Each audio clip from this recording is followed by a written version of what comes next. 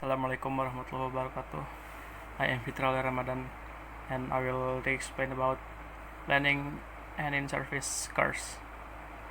After working through the chapter, you should be able to plan an in-service course for teachers. In-service course involve teacher development after initial teacher training and after the teachers have had some teaching experience. In-service courses may be long-term courses leading to diplomas, master degrees, or doctoral degrees.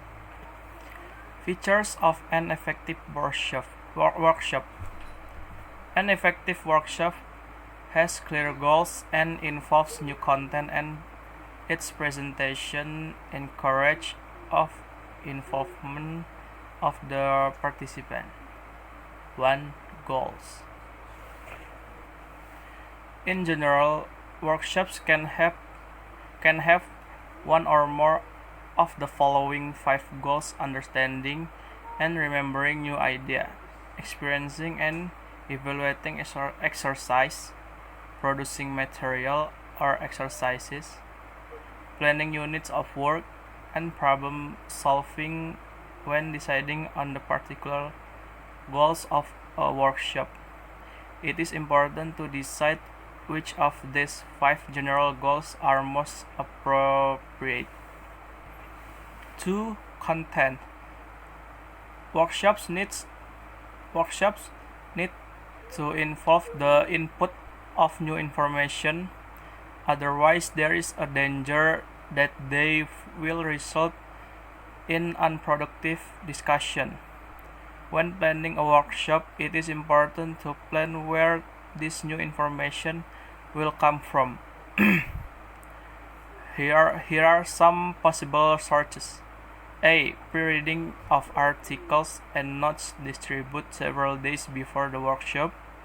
B. Prepared talks by the workshop organizer and invited speaker or selected participant. 3. Presentation. For a workshop to be successful, participants need to be interested and active. Ideally, a workshop should provide a learning experience that could not be gained by working alone. The goals of gaining teaching experience and developing a conscious awareness of teaching options can be achieved in the same teacher training activity. Awareness raising practice involves choosing from each of 3 range of options. A. The input data that participants can work on. B. The tasks or operations that the participants perform on the data. The workshop procedures that are used to get the participant performing the tasks on the input data. Understanding and remembering ideas. This goal differs from the other 4 goals in that it does not directly resemble a skill that a teacher makes use of. Teachers have to present material represented by the goal of experiencing, make teaching material the making goal, plan units of work the planning goal, and deal with course and classroom problems the problem solving goal. The input data of understanding component of a workshop can sum in several forms. A. Talks and lectures. B. Set reading. C. Discussion.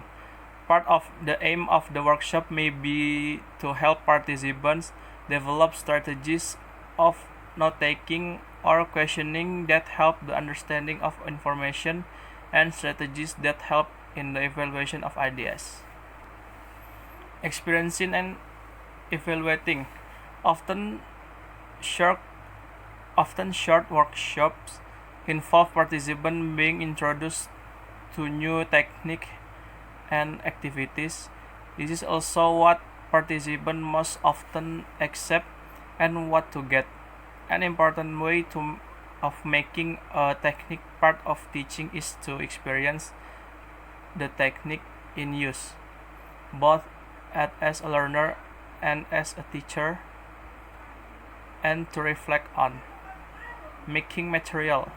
Often using new activities or procedures will require the teacher to procure material for the activity. This may be because such material at the appropriate level is not commercially available, but also because making material can develop a deeper understanding of an activity. Planning lessons and units of workshop can focus on planning. This involves fitting activities together so that principles of selection and sequencing are effectively applied. The participants work in small groups to fill the timetable. There may be a list of principles that must be followed. Each group has to explain and justify their timetable to others. Problem solving. The problem-solving goal of workshops aims to apply the ideas gained in a workshop or to use the support of others in a workshop to solve common classroom problems. This can include problems like the following. In communication activities, my learners often speak their first language. My learners are not motivated to learn English. My learners are not good at reading. We have to make our lessons are more communicative. I want my learners to speak more in class, but they are shy. Problem-solving activities in a workshop can be conducted at a general level, but they will be more effective if they are related to a particular teaching situation. This then helps participants to relate the ideas in the workshop to the reality or their own classrooms. There are several kinds of input to problem-solving activities. One, the problem can come from the workshop organizer or from the other participant. Two, the problems can be in the form of sample case studies, either spoken or written, that detail the circumstance surrounding the problems. 3. Problems can be role-played. Sequencing the component of a workshop. Earlier in this chapter, it was suggested that workshops should involve several changes in the focus of attention in order to keep participants involved and interested. The following frameworks are ways to finding a range of solutions in a systematic way to particular problems like large classes, unmotivated students, or students unwilling to do homework. The goal of using a framework is to make sure that a wide range of possible solutions are being considered and to work out a rationale for solutions. Different frameworks suit different problems. Sometimes any one of several frameworks could be used. The planning of short-term in-service courses is included in this book for two main reasons. First, short in-service courses represent a small-scale exercise in curriculum design. That is, planning a short in-service course involves a very similar decision to planning a language course, and the model of curriculum design used in this book is relevant. Second, in-service courses are a major way of bringing about innovative curriculum change. Curriculum change involves teachers, and teachers need to be informed and involved in the planning, development, implementation, and evaluation of change. I think that's enough from me. Wassalamualaikum warahmatullahi wabarakatuh.